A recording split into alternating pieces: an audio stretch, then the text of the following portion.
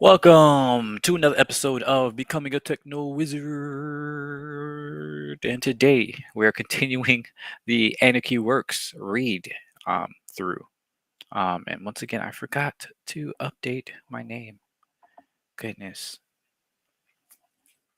Anarchy Works. Get that. So we're in the last section of chapter 6, or I'm sorry, chapter 5, I think this is, talking about crime. And it's been great. It's been quite good. And this section is going into beyond individual justice. So it's a longer section, but it's the last one. So I want to get this all done. So let's just get into it without further ado. The notion of justice is perhaps the most dangerous product of authoritarian psychology. The state's worst abuses occur in its prisons, its inquisitions, its forced corrections and rehabilitations. Police, judges, and prison guards are key agents of coercion and violence. In the name of justice, uniformed thugs terrorize entire communities while dissidents petition the very government that represses them. Many people have internalized derationalizations of state justice to such an extent that they are terrified of losing the protection and arbitration states supposedly provide. Too true. When justice becomes the private sphere of specialists, yes, oppression is not far behind. Beautiful. And stateless societies on the cusp of developing the coercive hierarchies that led to government, the common feature seems to be a group of respected male elders permanently entrusted with the role of resolving conflicts and meting out justice. In such a context, privilege can become entrenched, as those who enjoy it may shape the social norms that preserve and amplify their privilege. Without that power, individual wealth and power rest on a weak foundation that everyone can challenge. State, ju- oh, yeah, State justice begins with the refusal to engage with human needs. Human needs are dynamic and can only be fully understood by those who experience them. State justice, by contrast, is the execution of universal prescriptions codified into law. The specialists who interpret the laws are supposed to focus on the original intention of the lawmakers rather than the situation at hand. If you need bread and stealing is a crime, you will be punished for taking it, even if you take it from someone who doesn't need it. But if your society focuses on people's needs and desires rather than on the enforcement of static laws, you have the opportunity to convince your community that you needed bread more than the person you took it from. In this way, the actor and those affected remain at the center of the process, always empowered to explain themselves and to challenge the community's norms. Yeah, I think this is such a really beautiful way of doing justice. Looking at why did they actually do this, like the underlying um, intention, the overall context, the human needs that brought them to this position of desperation. Because what you most likely find out is that they have some sort of problem, that they are impoverished, they're struggling with something, right? And that engenders and it fosters a sense of empathy, and it shows the community what might be going wrong in the community. Like if people are struggling to eat in your community, then something is probably going wrong, right? Whereas today we just don't care why people do it. We just throw them in jail or whatever, um, and just call them criminals, and that's that. We have no critical thought as to why, what brought them there, what we can do to fix this. It's really, ugh. Justice, in contrast, hinges on judgment, privileging a powerful decision maker over their accusers and defendants who powerlessly await the outcome. Justice is the enforcement of morality, which in its origins is justified as divinely ordained. Yeah. When societies shift away from religious rationales, morality becomes universal or natural or scientific. Sphere is ever further removed from the influence of the general public until it is shaped and packaged almost exclusively by the media and government. The notion of justice and the social relations it implies are inherently authoritarian, and practice justice systems always give unfair advantages to the powerful and inflict terrible wrongs on the powerless. At the same time, they corrupt us ethically and our powers of initiative and sense of responsibility to atrophy. I've said as much in my own newsletter. Like a drug, they make us dependent while mimicking the fulfillment of a natural human need. In this case, the need to resolve conflicts to solve problems, right? This is, oh man, they going in here. Thus, people beg to the justice system for reforms, no matter how unrealistic their expectations are, rather than matters into their own hands. To heal from abuse, the injured person needs to regain control over her life. The abuser needs to restore healthy relations with his peers, and the community needs to examine its norms and power dynamics. The justice system prevents all this. It hoards control, alienates entire communities, and obstructs examination of the roots of problems, preserving the status quo above all. This just shows us how like the justice system essentially hacks your brain, hacks our psychology, right? And our like in terms of our needs for conflict resolution, and replaces that with its own authority, right? That with the authority and the privilege of those privileged few that have that power. And that's really, really unfortunate and dangerous as we see today. Police and judges may provide a limited degree of protection, especially for people privileged by racism, sexism, or capitalism, but the greatest danger facing most human beings is the system itself. Mm, ain't that something? For example, thousands of workers are killed every year by employer negligence and unsafe working conditions. But employers are never punished as murderers and virtually never even charged as criminals. Think about that. Right? And this is like true in many regards. There was this one story of how this entire building burned down with all the people trapped inside. Right? It was a bunch of women, I think, at like a textile factory. Turns out the boss knew it was burning down and left and closed them in the building. And then they didn't even charge him with like man with anything. It was like, oh, it was just just an accident, right? And then once they cooked the fuss about it, I think it took years for them to actually, for the families of the people to actually, bring them to court, and they just give them a fine of like a couple dollars or something like that. It's just, and that's just like one example of many, many, many examples. The most workers' families might hope for is a monetary settlement from a civil court, who decides that a boss who profits from the deaths of workers should face no worse than a lawsuit, while a wife who shoots her abusive husband goes and a black teenager who kills a police officer in self-defense gets the death penalty. It certainly isn't workers, women, or people of color. For every human need, a totalitarian system must provide it, subdue it, or substitute a surrogate. In the above example, the justice system frames the killing of workers as a problem to be addressed with regulations and bureaucracies. The media assists by focusing grossly disproportionate coverage on serial killers and cold blooded murderers, almost always poor and usually not white, thus changing people's perceptions of the risks they face. Consequently, many people fear other poor people more than their own bosses and are willing to support the police and courts in targeting them. To be sure, in some cases, the police and courts respond when workers or women are killed, though to offset popular outrage and discourage people from seeking their own solutions.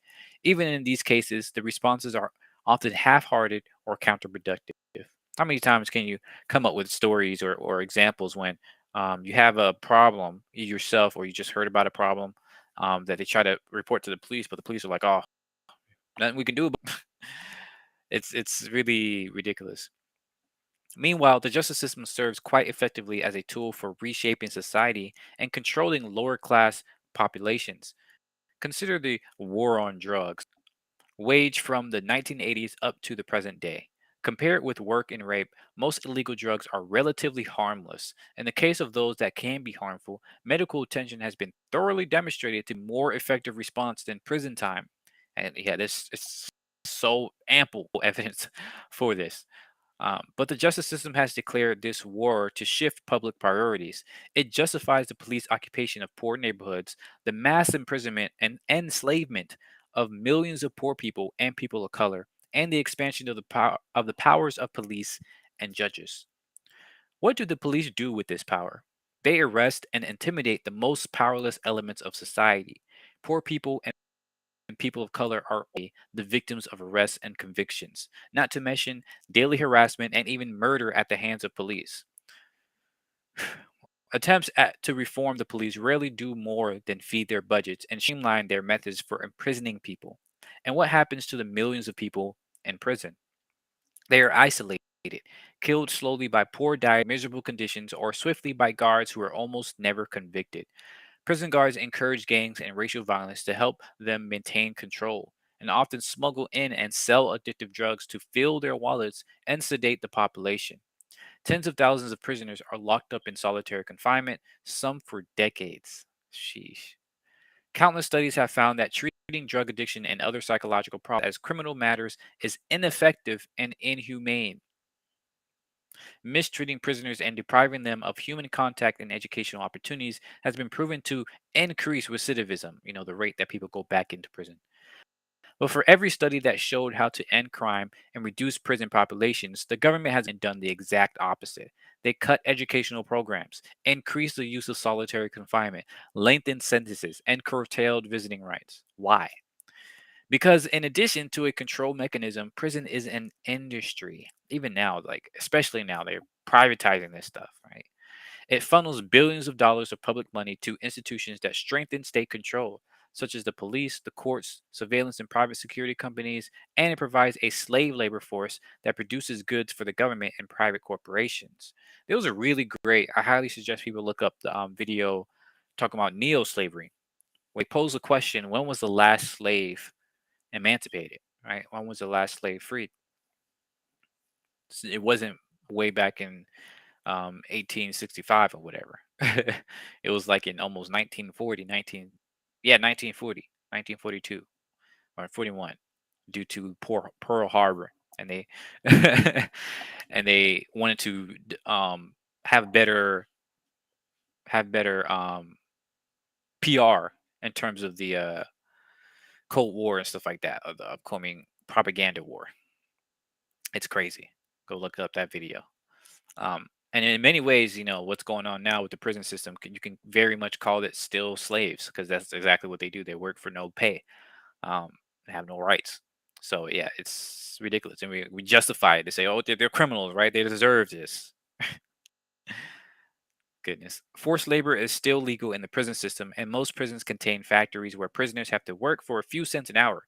Prisons also have the modern equivalent of the company store, where prisoners have to spend all the money they make and money their families send them buying clothing, food, or phone calls at all at in prices. The prison system is beyond hope of reform. Reformist prison bureaucrats have given up or else come to support prison abolition. One high ranking bureaucrat who directed juvenile corrections departments in Massachusetts and Illinois concluded that prisons are violent, outmoded bureaucracies that don't protect public safety. There's no way to rehabilitate anyone in them. The facility produces violence that calls for more of the facility. It's a self fulfilling prophecy. Prisons offer themselves as a solution to the very problems they've created. Sounds like capitalism, right? Institutions are set up to make people fail. Blatant purpose. Goodness, man. Let me drink some water.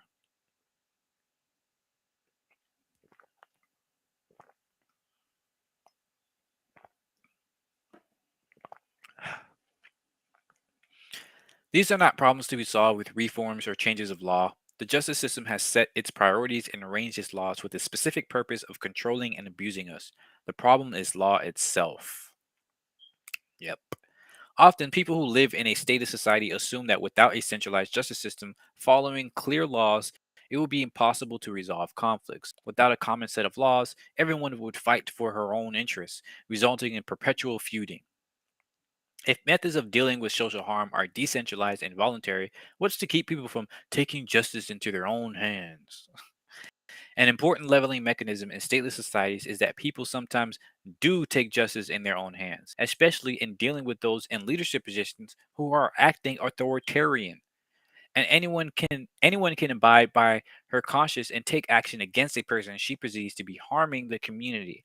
At best, this can push others to acknowledge and confront a problem they had tried to ignore. At worst, it can divide the community between those who think such action was justified and those who think it was harmful. Even this, though, is better than institutionalizing imbalances of power. In a community in which everyone has the power to take things into their own hands, and which everyone is equal, People will find it is much easier to talk things out and try to change the opinions of their peers than to do whatever they want or cause conflicts as acting as a vigilante. The reason this method is not used in democratic capitalist societies is not because it does not work, but because there are certain opinions that must not be changed, certain contradictions that must not be addressed, and certain privileges that can never be challenged. I'm not sure if he's going to go into it. If he doesn't, I will. But there was some really interesting studies and talks talking about how war is was extremely rare in hunter-gatherer cultures and why that was. So I'll talk a little bit about that. Let's see if he covers it. In many stateless societies, bad behavior is not dealt with by specialized defenders of justice, but by everyone through what anthropologists call diffuse sanctions. Yep, sanctions are negative reactions that are diffused throughout society. Everyone is accustomed to responding to injustice and harmful behavior, and thus everyone is more empowered and more involved. When there is no state to monopolize the day to day maintenance of society, people learn how to do this for themselves and teach one another. It's a skill that you develop and that you use. We do not need to define abuse as a crime to know that it hurts us. Laws are unnecessary in empowered societies. There are other methods for responding to social harm. We can identify the problem as an infringement on others' needs rather than a violation of some written code. We can encourage broad social involvement in the resolution of the problem. We can help those who have been hurt to express their needs and we can follow their lead. We can hold people accountable when they hurt others while supporting them and giving them opportunities to learn and reestablish respectful relationships within the community. We can see problems as the responsibility of the entire community rather than the fault of one person. We can reclaim the power to heal society and break through the isolation imposed on us. Beautiful. Really fantastic. I love this chapter and how they ended it. Very powerful, very powerful, very powerful. um, Something I do want to talk about is the fact that in hunter-gatherer cultures, it turned out, and we can see this in the anthropological data, that um, people were more likely to leave than they were to fight, right? Meaning that when you are in this culture where you don't own a lot of things, you don't want to own a lot of things or whatever, you're in these smaller, communities and things like that. When you have a disagreement and you can't come to a compromise, it's just easier and better for everyone to leave, right? For several reasons. Number one, killing people and fighting is a lot of work, a lot of effort, right? And for no real benefit, right? That crime of passion, you might want to fight or whatever, but without guns, it's really hard to kill another human being. First of all, number two, um, the two, people don't want to kill people, right? It's a really bad strategy for living, right? Because it's you get far more from a person than you gain when if you just kill them or whatever, right? Because from a person you get their wisdoms, you get their experiences, you get their ideas and thoughts and stories and all this other good stuff and company, right? From a person, even the person that you don't like, you can still learn a lot from them, right? So it's far better for you to just walk away and then maybe years later you come back and realize that you can be friends again versus this permanent thing of killing them or putting them in the box, right? um so we see that with a lot of these cultures, it was they were not like warring and stuff like that. It's not like they were all like non-violent. They definitely had some violence or whatever, but a lot of that in and of itself was ritualistic. Like they would go to battle but in a ritualistic way, kind of like dueling almost. There was very little bloodshed in that way. um and they do things like fight, right? Like actual fist fights, like what you do on the street or whatever. Somebody disrespect you, you have a fight, and then it's over. You're not fighting to kill them. You're just fighting, to release that energy or that pent up, you know, um, feelings, emotions that you couldn't release any other way, right? So you do that fight, then you make up, and then you just go about your day, right? So it wasn't like it was some battle to the death and all this other stuff. That was extremely rare throughout most of these stateless societies.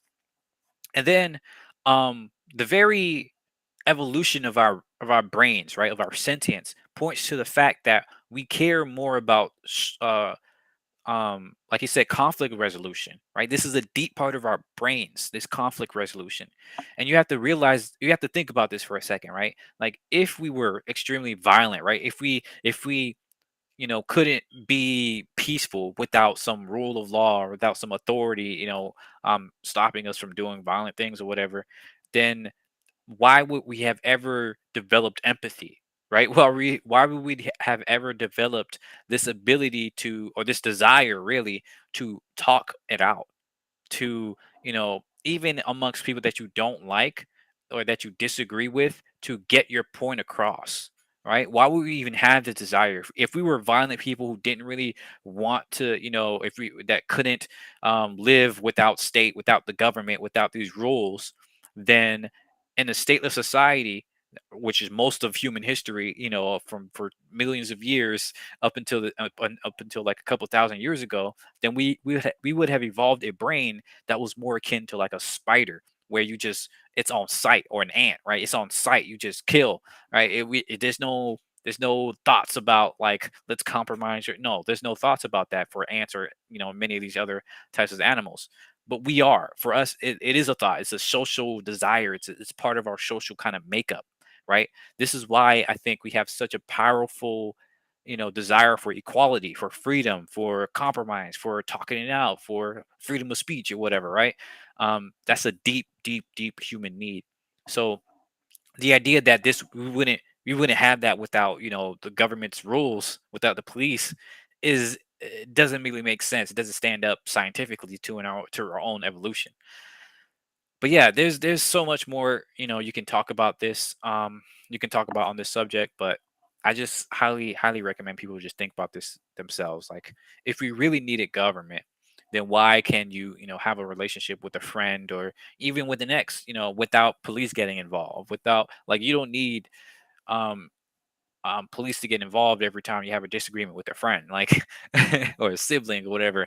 It's only in those rare cases where you have a psychopath, you know, coming after you, that you're trying to get somebody else involved. And even then, the police are rarely ever the ones that really help. Like, how many times we have stories where you had a restraining order, but they still came and killed you, or harm or abused that person or whatever, right? Like, it happens way too often. It's far more efficient, far more safer for the person who is worried about a psychopath coming after them to be in a community where people are looking out for them, where people are on the lookout and say, okay, I'm going to let you know when that person comes by, right?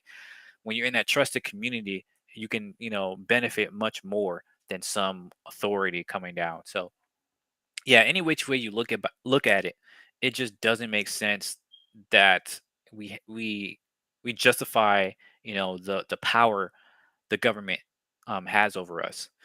And we really need to critique this stuff. We really need to, look at this stuff. But as always, that's you know what I think. Let me know your thoughts, and we can have a discussion about it in the comments below. Thanks for watching, as always, and have a great day. See ya. Bye bye.